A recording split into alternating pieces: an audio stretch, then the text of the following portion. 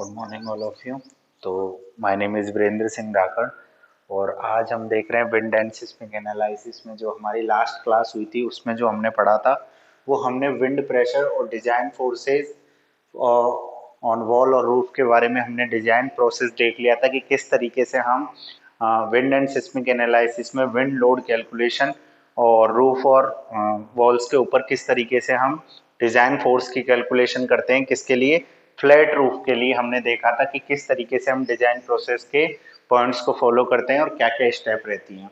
तो आज जो हमें ये एक न्यूमेरिकल एक क्वेश्चन लिया है हमने फ्लैट रूफ से रिलेटेड। तो हमारा क्वेश्चन क्या है?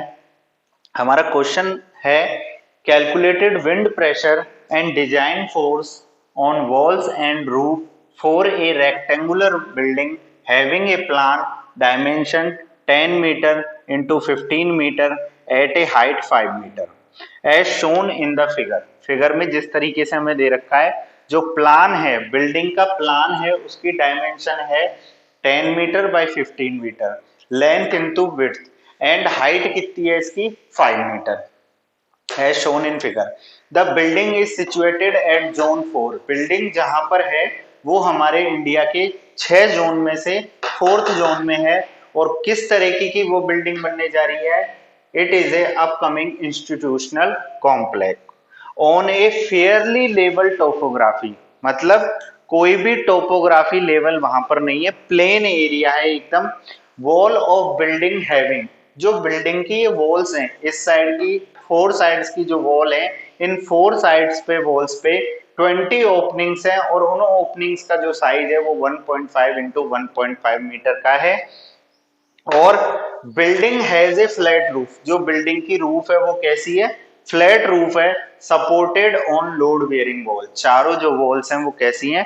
लोड बेयरिंग वॉल्स हैं। इनके लिए अब हम calculation of wind force, design force on walls on roofs की जो स्टेप्स हमने देखी थी इससे पहले वाले लेक्चर में, उन सबको हम फॉलो करते हुए इसकी डिजाइन प्रोसेस को देखेंगे। तो ये था हमारा क्वेश्चन। अब हम स्टेप बाय स्टेप हमारी जो डिजाइन प्रोसेस थी उनको हम एक एक करके अप्लाई करेंगे और देखेंगे किस तरीके से हम वैल्यू फाइंड आउट करते हैं। तो ये हमारा क्वेश्चन था। अब हम इसके सॉल्यूशन पे एक एक स्टेप पे चलते हुए सॉल्व करेंगे इसको। तो देखिए, फ्लैट रूफ से रिलेटेड ये क्वेश्चन है विंड लोड एनालिसिस में कि फ्लैट रूफ से रिलेटेड हम किस तरीके से कैलकुलेशन करते हैं। तो हमारे जो सॉल्यूशन है इसका फर्स्ट स्टेप जो होता है, स्टेप नंबर 1, सबसे पहले चलते हैं हम स्टेप नंबर 1 पे। स्टेप 1 जो हमारा होता है उसमें हम कैलकुलेट करते हैं कैलकुलेटेड बेसिक विंड स्पीड। हम क्या कैलकुलेट करते हैं? Calculated basic wind speed. Basic wind speed को हम बोलते हैं वीबी। ठीक है, हमें क्वेश्चन में दे रखा था कि जो जोन है वो है हमारा जोन 4th जोन के अंदर हमारी बिल्डिंग सिचुएटेड है, ये हमने बात की थी। अब हमने जो स्टेप के अंदर पढ़ा था कि India has divided into 6 zones. 6 zones में हमने डिवाइड किया था इंडिया को। वो 6 जोन किस तरीके से थे मैं उनको वापस बता देता हूं। First, second, third, fourth, fifth और 6 6 जोन थे। वो 6 जोनों में हमारी क्या क्या वैल्यू थी हम उनको एक बार वापस देख लेते हैं। फर्स्ट जोन में थी 33 मीटर पर second wind speed. Second zone में 39 मीटर पर सेकेंड। उसके बाद थी 44, उसके बाद 47, उसके बाद जो थी 47 के बाद वो थी 50 और फिर थी 55। इस तरीके से जब हमने डिजाइन प्रोसेस पढ़ी थी तो हमने पूरे इंडिया को 6 जोन में डिवाइड करके 6 जोनों के लिए बेसिक विंड स्पीड की वैल्यू देखी थी। अब हमारे जो क्वेश्चन में दिया हुआ है वो दिया हुआ है हमें जोन 4। जोन 4 दिया हुआ है तो इस जोन 4 के अकॉर्डिंग जो हमारे वीबी की वैल्यू होगी वो जोन 4 के अकॉर्डिंग होगी 47 मीटर पर सेकेंड। तो हमारा फर्स्ट स्टेप इसके साथ कंप्लीट होता है। हमें पता था कि हमारी जो इंस्टीट्यूशनल कॉम्प्लेक्स बनने वाला है वो जोन 4 में है, तो हमने डिजाइन विंड स्पीड की वैल्यू कैलकुलेट कर ली। अब हमारा जो सेकंड स्टेप है हम उस पे चलते हैं। सेकंड स्टेप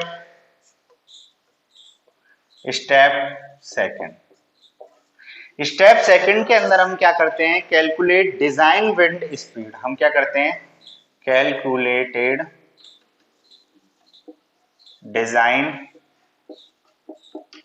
विंड स्पीड, और इसको हम क्या नाम देते हैं, VZ। क्या नाम देते हैं, VZ। Calculated design wind speed करते हैं, तो डिजाइन स्पीड विंड स्पीड के लिए जो फॉर्मूला होता है VZ का, वो होता है VB dot K1 dot K2 dot K3। ये हमें फॉर्मूला हमें पता है। अब देखो, अगर K1 की हम बात करें, VB तो हमने ये देख लिया, VB क्या है, बेसिक विंड स्पीड जो हमारे पास आ गई।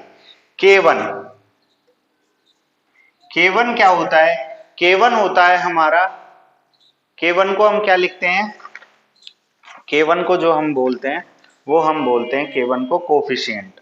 ठीक है, K1 कोफिशिएंट जो हमारा होता है, वो K1 कोफिशिएंट जो हमारा होता है वो होता है रिस्क कोफिशिएंट फैक्टर। क्या होता है हमारा, वो होता है हमारा रिस्क कोफिशिएंट फैक्टर। और रिस्क कोफिशिएंट फैक्टर, तो हमारी जो ये बिल्डिंग है ये हमारी क्या है, हम यहाँ लिख देते हैं K1 है हमारा risk coefficient factor, risk coefficient factor है।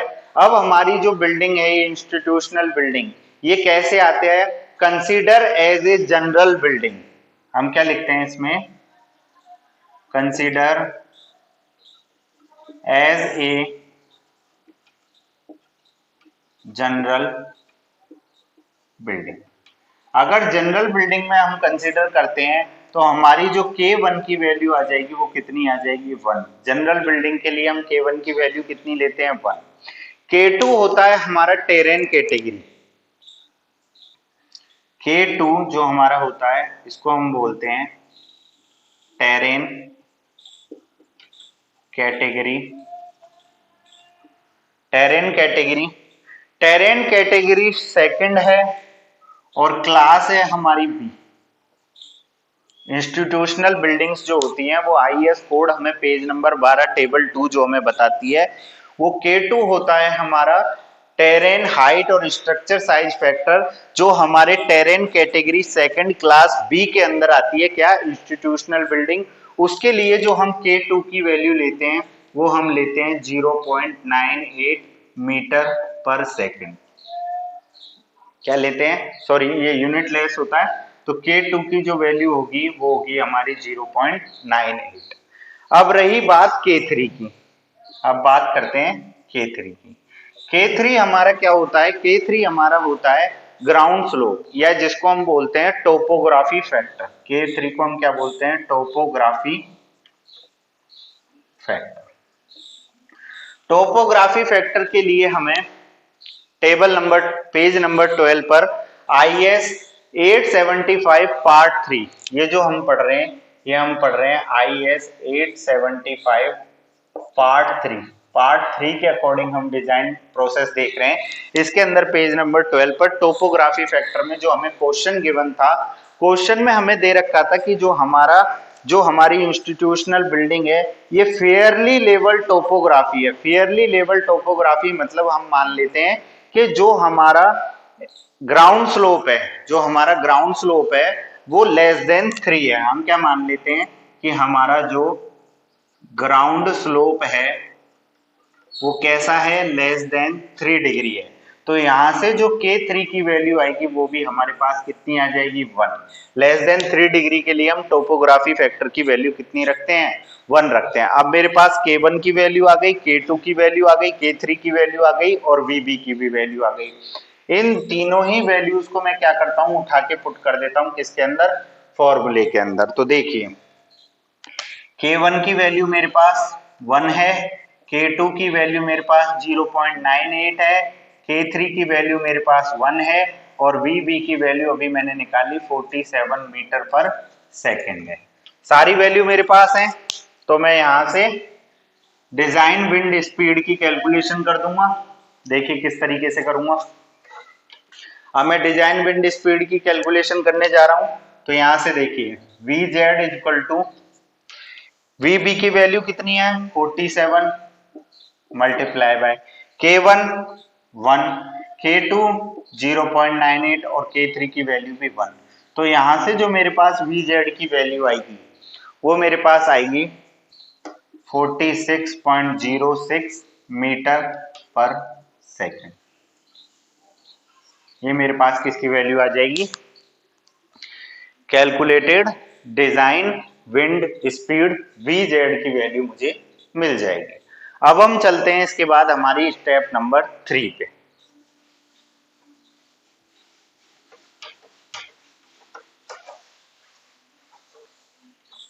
इसके बाद हमारी नेक्स्ट स्टेप आती है जिसको हम बोलते हैं स्टेप नंबर 3। स्टेप नंबर 3 के अंदर हम calculate design wind pressure, calculate design wind pressure और इसको हम लिखते हैं पीजेड से। पीजेड निकालने का जो डिजाइन विंड प्रेशर निकालने का जो फॉर्मूला होता है वो होता है 0.6 इंटू Vz का स्क्वायर। ये फॉर्मूला होता है। Vz की वैल्यू अभी थोड़ी देर पहले मैंने निकाली 46.06 मीटर पर सेकेंड, ये निकाली थी। तो यहां रख देते हैं Pz इक्वल टू 0.6 इंटू 46.06 का होल स्क्वायर। तो यहां से जो मेरे पास डिजाइन विंड प्रेशर की वैल्यू आएगी वो आएगी 1272.91, 1272.91 और इसकी यूनिट मैंने आपको बताई थी न्यूटन पर मीटर स्क्वायर। इसकी यूनिट मैंने आपको क्या बताई थी, न्यूटन पर मीटर स्क्वायर। तो यहां तक हमारी 3 स्टेप क्या होती हैं, कंप्लीट होती हैं। 3 स्टेप तक जिसमें हमने क्या क्या देखा। सबसे पहले हमने कैलकुलेशन की किसकी, सबसे पहले हमने कैलकुलेशन की किसकी, design calculate basic wind speed की, उसके बाद डिजाइन विंड स्पीड की, और थर्ड पार्ट में हम कैलकुलेशन करते हैं किसकी, डिजाइन विंड प्रेशर की। डिजाइन विंड प्रेशर के बाद जो हम कैलकुलेशन करते हैं उसके बाद हम कैलकुलेशन करते हैं किसकी, calculation of design wind force on wall की।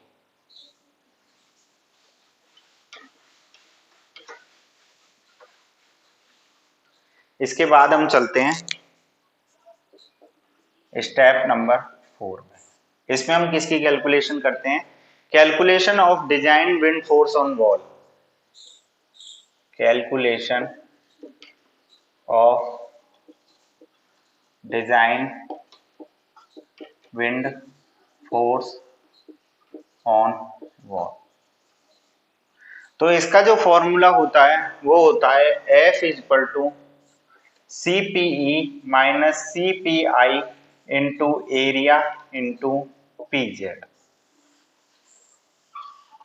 अब इसके अंदर देखो CPE क्या होता है, CPI क्या होता है, एरिया क्या होता है और पीजेड की अभी अभी हमने कैलकुलेशन की। तो सबसे पहले हम बात करते हैं CPI की। CPI हमारा क्या होता है, इंटरनल प्रेशर कोफिशिएंट,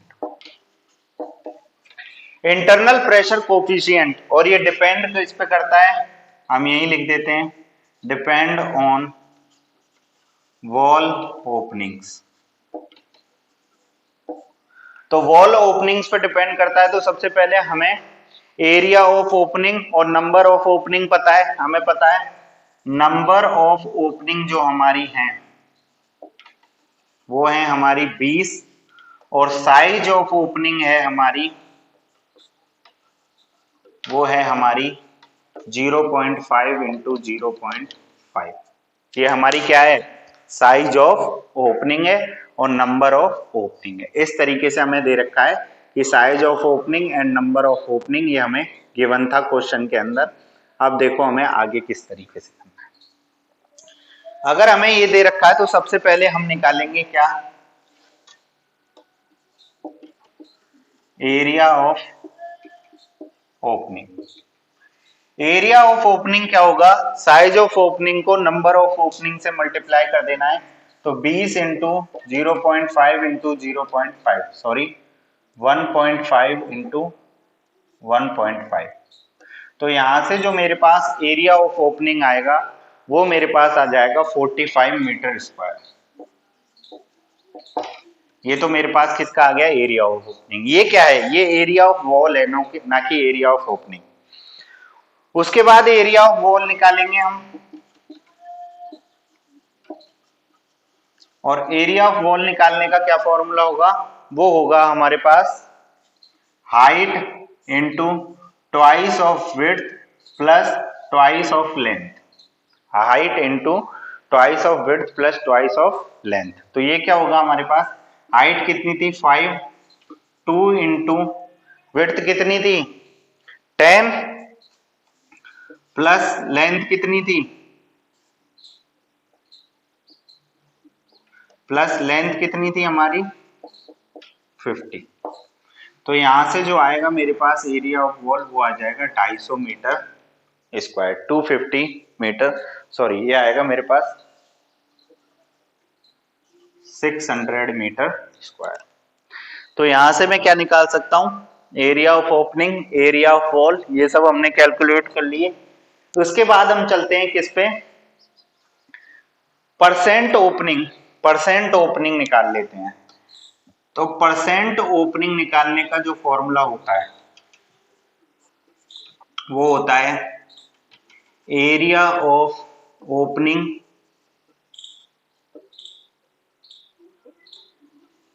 बटे एरिया ऑफ वॉल इंटू 100। ये होता है हमारा परसेंट ओपनिंग निकालने का फॉर्मूला। तो परसेंट ओपनिंग जो मेरे पास आएगा वो मेरे पास आ जाएगा कितना, area of opening 45 upon 600 into 100। तो मेरे पास जो एरिया ऑफ ओपनिंग आ रहा है वो आ रहा है 7.5। कितना आ रहा है, 7.5%। अब देखो ये मेरे पास आ गया area of opening, percent opening आ गई। अब मुझे अगर परसेंट ओपनिंग मिल गई तो मैं वापस से अपनी उसी डिजाइन प्रोसेस में टेबल पे चलता हूं जिसपे मैंने ओपनिंग के लिए देखा था।